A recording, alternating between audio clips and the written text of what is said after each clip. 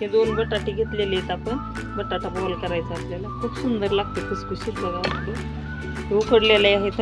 2 बटाटे कुकरमध्ये टाकून उकडून घेतले. याला मॅश करते मॅशरनं. आणि हे थोडेसे 4 चमचे पोहे भिजू घातले होते मी 2 मिनिट. तर हे पोहे पण मध्ये टाकून मग मॅशरनं बारीक पीठ करून घेऊया. तसं आज आपल्याला क्रिस्पी बटाटा बॉल करायचा आहे. 2 बटाटे उकडून घेतलेले, 4 चमचे पोहे भिजवलेले यामध्ये टाकून मी मॅशरनं बारीक करून घेते. आणि यामध्ये थोडंसं मीठ मिरची सगळं घालून घेते.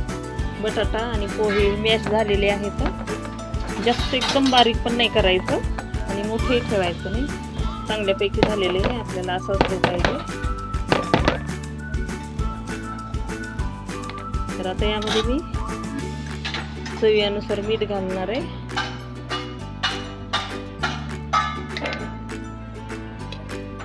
दोन मिरचीचे तुकडे, कांदा, जिरे, ओवा, लसण पेस्ट आहे सगळे एकत्र करून घेतलेले. थोडीशी हळद, थोडंसं लाल तिखट, थोडासा गरम मसाला, थोडासा. तर चला आता ह्याला मळून घेऊन आपण त्याचे गोल गोल गोल गोल बॉल बनवून घेऊया.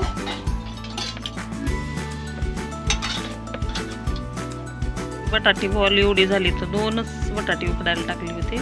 2 मिरच्या, कांदा, कोथिंबीर, लसण, अद्रक, ओवा पेस्ट. आता हे तयार झाले बॉल. आपण याला तळून घेऊया.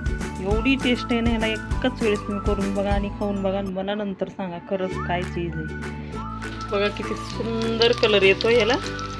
हो एवढी भारी टेस्ट लागते. खाल्ल्यासच कळते की टेस्ट खरंच काय करताय भज्याला विज्याला. बटाटा वड्यापेक्षा सुंदर टेस्ट आहे.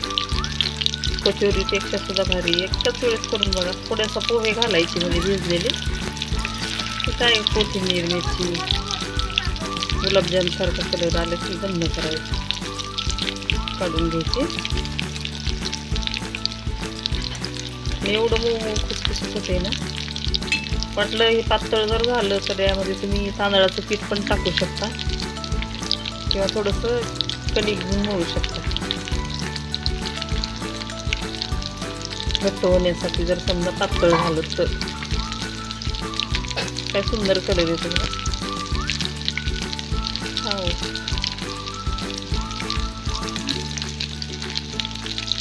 थोडं तेल तापलं नाही वाटतं.